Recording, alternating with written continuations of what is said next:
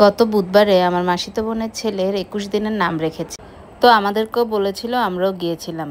ঢোকার সময় দেখলাম অনেক সুন্দর করে গেট সাজিয়েছে বেলুন দিয়ে। ওর মামি মূলত গেটটা সাজিয়েছে, দেখতে ভালোই লাগছিল। তাছাড়া অনুষ্ঠানে দুই পরিবারেরই লোকজন ছিল, আর অনুষ্ঠানটি পরিচালনা করছিল আমার মাস্টার মেশো। মূলত 8টা নাম রাখার আগে কিছু লেখা লাগে, তো ওই লেখাগুলোই মেশো লিখছিল, আর সবাই নামগুলা 8টা নামগুলো মনে মনে রাখছিল। তো ওনার লেখা শেষ হওয়ার পরেই 8টা নাম উনি লিখবে। আর ওই যে প্রদীপ দেখছেন, ওই প্রদীপেই 8টা নামের বাতি জ্বালানো হবে। এটা মূলত অনুষ্ঠানটা অনেক সুন্দর, তবে চট্টগ্রামের দিকে অনুষ্ঠানটা একটু ভিন্ন হয়। আমার পাশে যেহেতু আমার এক দিদি ছিল, তো আমি ওনাদের থেকে দেখেছিলাম যে কিভাবে মামারা ছোট বাচ্চাদের নামকরণ অনুষ্ঠান করে, আর এই অনুষ্ঠানটা রাতের বেলায় করা হয়। তো আমরা সেদিন যেতে যেতে রাত হয়ে গেছে, প্রায় 9টা থেকে 9:30 বেজে গেছে। তো আমি আমার ছেলে মেয়েকে নিয়ে চলে গিয়েছিলাম, আর আমার হাজব্যান্ড অফিস থেকে সোজা চলে এসেছে। আসার কিছুক্ষণ পরে অনুষ্ঠানটি শুরু হয়েছে। এদিক দিয়ে মেশো লিখছে আর সবাই ভিডিও করায় ব্যস্ত। তো মেশো লেখার পরে সবগুলো পড়ে ওর দাদুকে শোনাচ্ছিল যে লেখাটা ঠিক হয়েছে কিনা। যদিও উনি মাস্টার, তবুও ওর দাদু থেকে জেনে নিচ্ছিল কোনো ভুল আছে কিনা। অনুষ্ঠানে অবশ্য তার দাদু 4 জনই ছিল, মানে আমার বোনের ছেলে দাদু 4 জনই ছিল। তো অনুষ্ঠানটি অনেক ভালো হয়েছে। তো আমার মাসি এদিক দিয়ে অনেক কিছু রান্না করেছে তার নাতির নামকরণ অনুষ্ঠানে। মাছ, মাংস, পায়েস, মিষ্টি, 7 আপ, অনেক কিছুই। গ্রাম অঞ্চলে অনুষ্ঠানটা অনেক সুন্দর হয়। অনেক বড় উঠানে মাঝখানে পাটি বিছিয়ে নামকরণ অনুষ্ঠান করে তার দাদুরা মিলে, সবাই মিলে।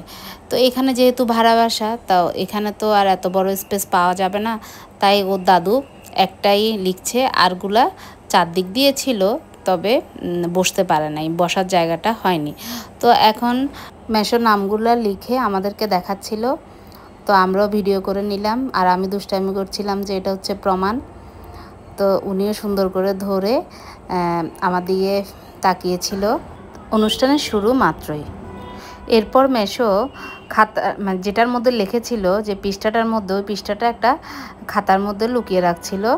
তো প্রথম থেকে বলল যে বাতির প্রথম থেকেই বলল যে আগুন জ্বালানোর জন্য, প্রদীপটা জ্বালিয়ে দেওয়ার জন্য নামে নামে।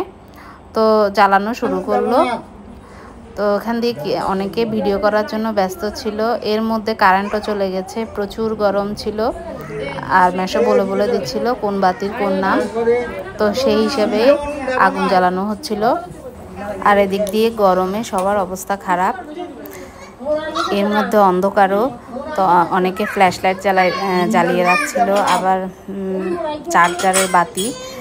তো সব কিছু মিলেই সে একটা অবস্থা। আর সেদিন মনে হয় গরমও অনেক বেশি পড়ছিল।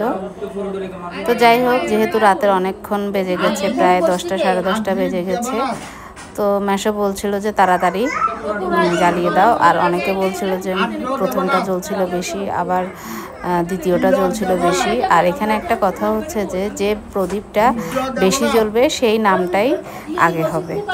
তো ওদের পরিবার থেকে একটা নাম রেখে দিয়েছে আগেই, সেটা হচ্ছে রাজবীর, মানে ওর জ্যাঠাতো ভাইয়ের নাম হচ্ছে রাজদীপ। 2 ভাইয়ের নামই দাদুর নামের সাথে মিলিয়ে রেখেছে। তো দাদুর নামটা আমার ঠিক এই মুহূর্তে মনে পড়ছিল না, তবে নামটা অনেক সুন্দর।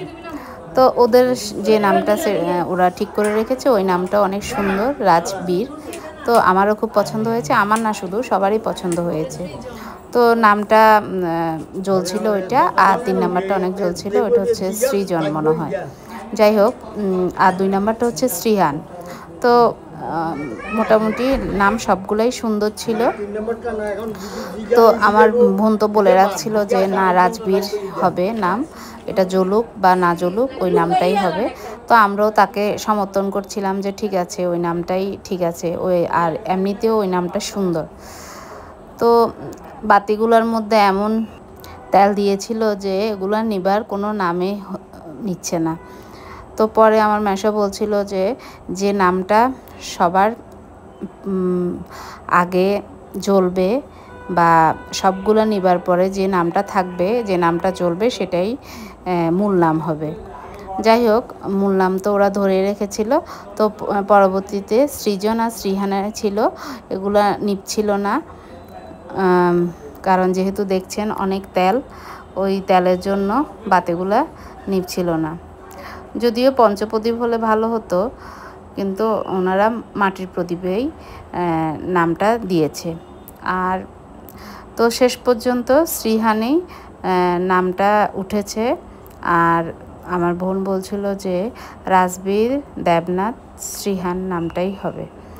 তো যাই হোক, নাম দোনোটাই সুন্দর। আর আমরা অনেকক্ষণ ভিডিও করছিলাম। তো ওর দাদু অনেকক্ষণ তাকিয়েছিল, এরপর ওর ঠাম্মি ওকে নিয়ে বসেছিল। তো ছেলেটা সারাক্ষণই ঘুমাচ্ছে। এটা অবশ্য ভালো, ঘুমালে বাচ্চাদের শরীর ভালো থাকে, আবার বেশি ঘুমালেও সমস্যা। যাই হোক, ছেলেটা হয়তো দিনের বেলা ঘুমায়নি, তো রাতের বেলা ঘুমাচ্ছে। তো এটা কোনো সমস্যা না, সুস্থতাই হচ্ছে সবচেয়ে বড়। প্রদীপগুলো এখনও জ্বলছে। এর মধ্যে রাতের 11টা বেজে গিয়েছে। আমরা চলে যাওয়ার জন্য উঠে পড়ে লেগেছি। বললাম যে আমাদেরকে খাওয়া দিয়ে দেন, আমরা সবাই চলে যাব, কারণ কেউ এখানে থাকবে না। আমার বোনের শ্বশুরবাড়ি থেকে যারা আসছে তারাও চলে যাবে। তো এরপরে সবাই বাতির দিকে তাকিয়েছিল, কখন নিববে, নিবার নামই নিচ্ছিল না। যাই হোক, পরে সবাই বলার পরে বাতিটা নিভিয়ে দিয়েছে। এর মধ্যে কারেন্টও নাই, অনেক গরম। এই গরমে অনেকের খুব বিরক্ত লাগছিল।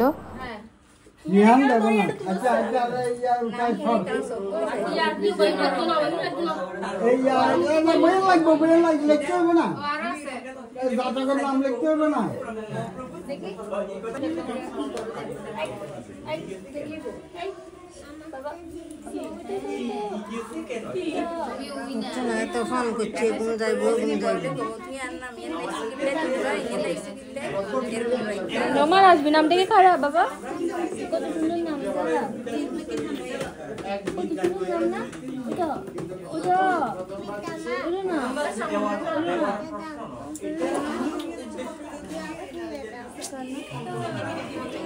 কারেন্ট আসবে না।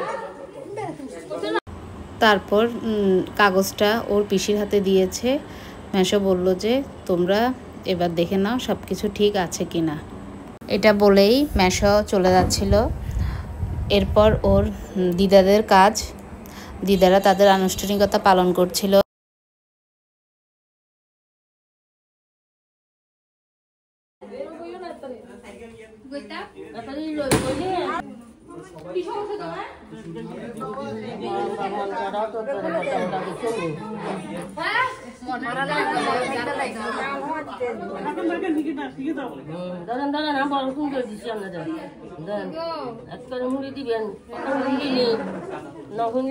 খবর আছে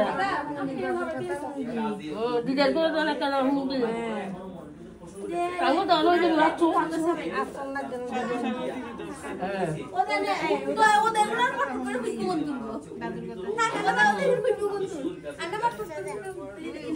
মা বাবার কথা শুনতো একটু দিছি দিছি দুষ্টামি করবা বেশি করে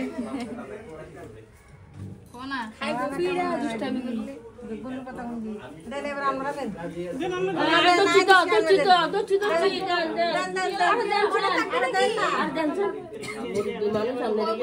মন খারাপ এগুলা দাঁতের মধ্যে সাবাই সাবাই মটমট করে করে কইতে বলে দিদির কথা শুনতে কল দিদির কথা না না সাবাই সাবাই আচ্ছা সাবাই লাগবে ওদা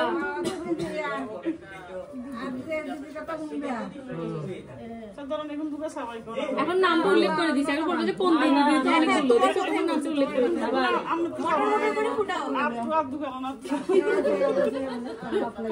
সবাই কোন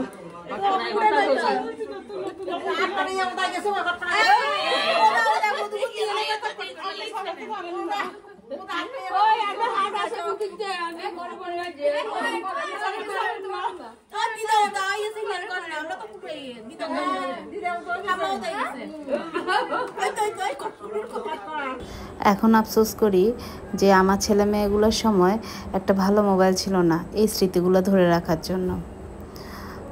আমার মেয়ে মাঝে মধ্যে বলে, মা আমাদের কোনো ভিডিও নাই। তখন আমি কোনো কিছু বলতে পারি না। এখানে আমার ছেলে ভাইকে খুব আদর করছিল। তাকাও, কে এটা? ভাই। এরপর সবাইকে খাওয়া দাওয়ার জন্য টেবিল সাজাচ্ছিল। তো এর মধ্যে আমাদের খাওয়া দাওয়া শেষ। তো আমরাও বিদায় নিয়ে চলে আসব। তো এখান দিয়ে একটু দেখিয়ে দিলাম মাসি কী কী রান্না করেছে। প্রথম দিয়ে ভিডিও করতে মনে নেই। তো সবাই ভালো থাকবেন। তো ধন্যবাদ সবাইকে। আর সবাই আমার বোনের ছেলের জন্য আশীর্বাদ করবেন। তো এটা হচ্ছে আমাদের চলে আসার ভিডিও। এই যে আমরা চলে আসছিলাম।